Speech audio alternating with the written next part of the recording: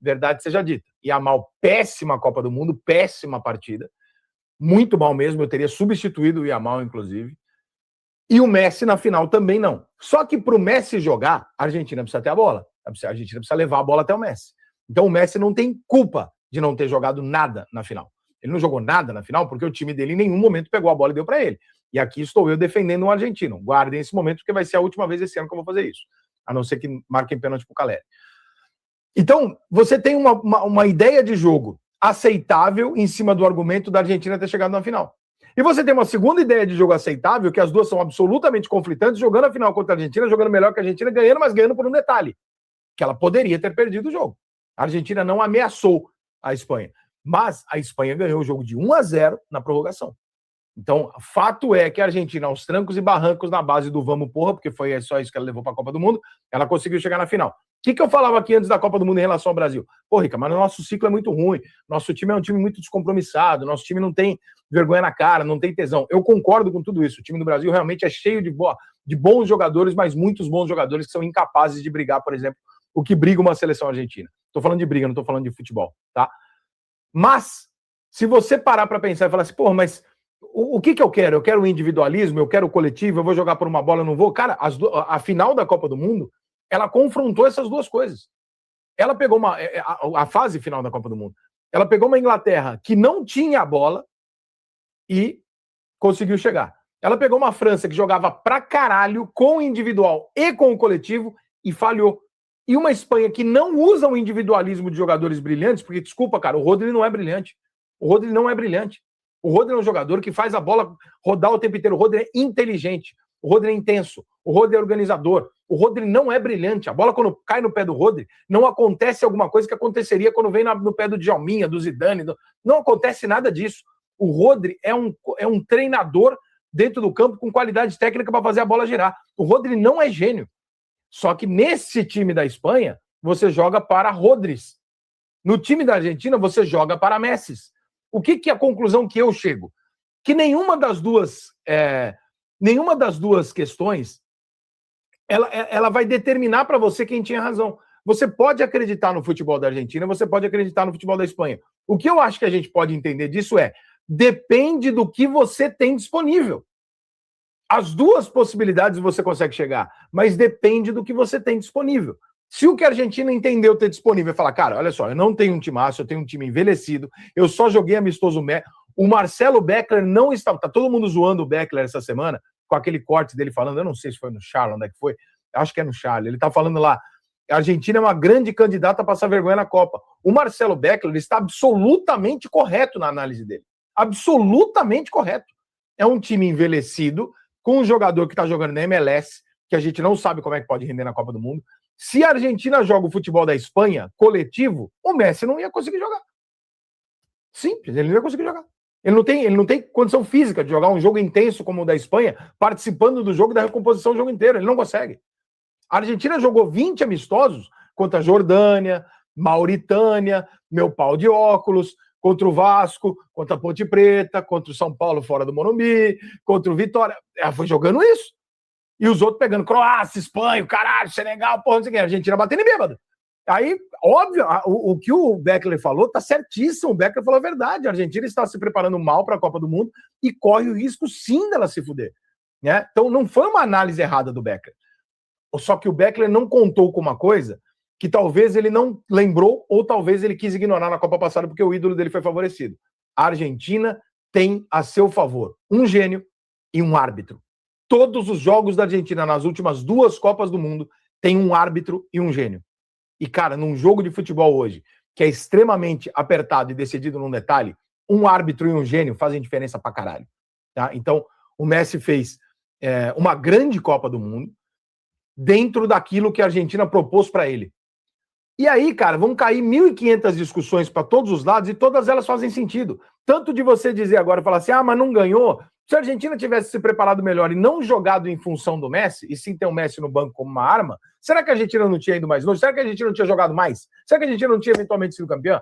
É uma tese. É um ponto de vista. Agora, negar que ainda há um leve espaço para que um jogador seja decisivo e você jogue em função desse jogador, que é o que o Romário passou 4 anos pedindo na seleção, também está errado. porque você acabou de ver. Aí vem outros argumentos de pessoal do futebol. Alô, os treinadores que eu sei que me assistem aqui. Só essa semana aqui eu recebi mensagem de mais de 5 da Série A falando que estava assistindo um hospício aqui em algumas lives depois do jogo, que muito me honra saber que treinador de futebol profissional está ouvindo a minha opinião. Fiquei muito honrado. Ouvi hoje também, o Jardine participou hoje do hospício ali com a gente rapidamente, também disse que estava acompanhando. Fiquei muito feliz, muito honrado com isso. Alô, Barroca, que eu sei que está me assistindo também, grande amigo, grande cara. Lisca, com certeza, né, professor? Tá assistindo? Eu esqueci completamente o que eu ia falar. Vou mandar um abraço para todo mundo aqui. Baixou uma guila aqui, eu esqueci o que eu ia falar. O que eu tava falando, gente? Me ajuda aí. Me ajuda aí. Tem 11 mil pessoas aqui no chat. Dá pra alguém no chat falar o que eu tava falando? Dá pra alguém? Eu preciso do óculos, que eu não vou enxergar vocês falando. O que eu tava falando, gente? Onde é que eu ia chegar? Que a Argentina, se não fosse o Messi... Não, isso eu falei já. Negar que há o espaço pro jogador, né? Então, esse espaço dado para individualismo, por exemplo, eu acho que em algum momento do jogo de hoje, a Espanha contou com essa decisão. Acho que a Espanha contou com isso. Falou assim, cara, eu montei um time muito ajeitadinho e eu tenho um jogador que no momento de dificuldade vai achar uma bola. Esse cara não achou a bola e por isso que foi a dificuldade que foi, senão ela tinha talvez conseguido o resultado anteriormente. Então, acho que a gente tem que aprender uma série de coisas, como seleção brasileira, que eu sei que é a pergunta que as pessoas vão me fazer. Eu já estou antecipando o superchat de vocês. Rica, o que a seleção brasileira aprende com essa Copa do Mundo, com essa final? Primeiro, para mim, a pior Copa do Mundo dos últimos muitos anos, tá? Tecnicamente muito baixa. O melhor jogador da Copa do Mundo, para mim, foi o Mbappé, segundo o Messi. Não tem revelações na Copa do Mundo, não tem jogadores que olham e falam, meu Deus, apareceu esse cara na Copa, esse cara não aconteceu. Alguns que a gente estava esperando também não aconteceram. As seleções, a que melhor jogou futebol foi a França e não chegou, né? E ainda perdeu o terceiro e quarto lá no jogo brincando. A Espanha, é uma proposta de jogo que eu não gosto de assistir. Eu sei que os treinadores de futebol adoram, mas eu não gosto muito de assistir. Mas dá para você aprender várias coisas. Primeira, do caralho, quando você tem um time extremamente disposto a sair na porrada. Extremamente disposto a sair na porrada. Se a Argentina jogasse tudo que ela jogou, do jeito que ela jogou, com o Messi, com a puta que eu pariu, sem estar disposta a cair na porrada, ela tinha caído para Cabo Verde. Ela só chegou na final porque ela tem uma disposição que, por exemplo, a nossa seleção não tem. Se tiver que cair na porrada, nós vamos cair na porrada. Se tiver que dar carrinho, rasgar a cara, nós vamos rasgar a cara. Então é uma lição. Carlo Ancelotti, eu sei que você não conhece muito futebol brasileiro. Se conhecesse, não tinha jogado daquele jeito. Mas com o tempo, conhecendo, você precisa entender que existem perfis de jogadores no Brasil. Existe o jogador de Jesus, existe o pai de família, existe o jogador que tem dívida com o miliciano, existe o jogador que é putanheiro, existe o jogador que é alcoólatra, existe o jogador que o pai tá preso. Ou você mistura, ou tu vai ganhar a porra da taça da igreja da Universal, quem vai te entregar é o Edir Macedo. É simples assim, não adianta inventar merda. Campeonato mundial para time sul-americano, você só ganha com sujeito homem. Você não ganha com qualidade técnica, você não ganha com coletivozinho, você não ganha... o time tá ajeitado. Não tem ajeitado, irmão. Quem vai resolver essa porra é jogador vagabundo que vai chegar no meio do jogo, vai dar uma tapa na orelha do lateral e falar, seu merda, tá comendo o quê? Joga o cara lá... Cara, nos intervalos técnicos da Espanha e da Argentina, os jogadores estavam discutindo com o treinador. Qual é o jogador dessa seleção brasileira que você acha que vai virar para um treinador e falar assim, professor, não, precisa ajudar aqui, professor, precisa arrumar. Você acha que algum jogador dessa seleção brasileira vai dar um conselho, vai dar um palpite em cima do treinador? A gente viu a Espanha fazer isso, a gente viu a Argentina fazer isso.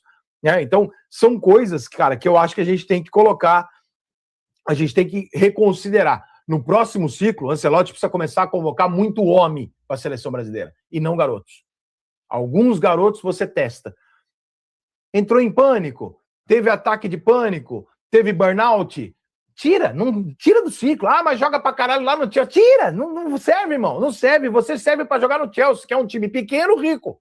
É totalmente diferente. Não tem pressão, irmão. Joga em time pequeno, rico.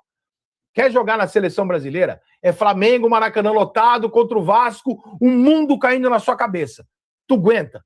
Então você fica. Você não aguenta, você sai. Nós vamos ficar 4 anos aqui, puto. Mas tal jogador joga mais, joga menos. Beleza, mas Ancelotti, tua função não é exatamente montar e formar um time no 4-4-2, 4-3-3. Técnico de seleção brasileira tem que encontrar nesses jogadores. tem que entender que o Brasil precisa de Emerson Sheik, Dunga, Felipe Melo, pelo menos meia dúzia, que é pra gente não ter medinho de jogo grande, que é pra gente jogar a porra do Odegaard na casa do caralho quando ele der uma finta no jogador de meio de campo do Brasil. A Argentina bateu para caralho hoje. Rica, você concorda com o jogo da Argentina? Eu odeio o jeito que a Argentina joga, mas eu queria jogar. Eu queria fazer isso. Eu queria que o meu time fizesse isso. Eu não gosto porque eu sou adversário. Mas se você perguntar para mim, você prefere que o seu time fique tocando a bola com toda a honestidade do mundo e perdendo o jogo de 1-0, ou você prefere que os jogadores do seu time estejam dando um pontapé, fazendo cera, catimbando, irritando o adversário? Eu prefiro que o meu time esteja competindo. Se é o que ele tem para competir, pois que faça, né? Agora, o nosso time é um time, cara, de playboy, de mamãezada, entendeu? Nada contra playboy, que eu acho uma bobagem essa coisa de ficar achando que a pessoa que tem algum dinheiro na vida é errada, mas eu não sou daqueles, eu sou orgulhoso que eu sou da quebrada, isso é coisa, eu acho coisa meio idiota. Eu acho que é um time mamãezada, entendeu? E a gente precisa corrigir isso. É a única coisa que eu acho que a gente tem que entender com a Argentina na Copa do Mundo. Os caras não estão ali de sacanagem. Os caras, não que o Brasil esteja, mas os caras estão ali para dar a vida para ganhar a Copa do Mundo.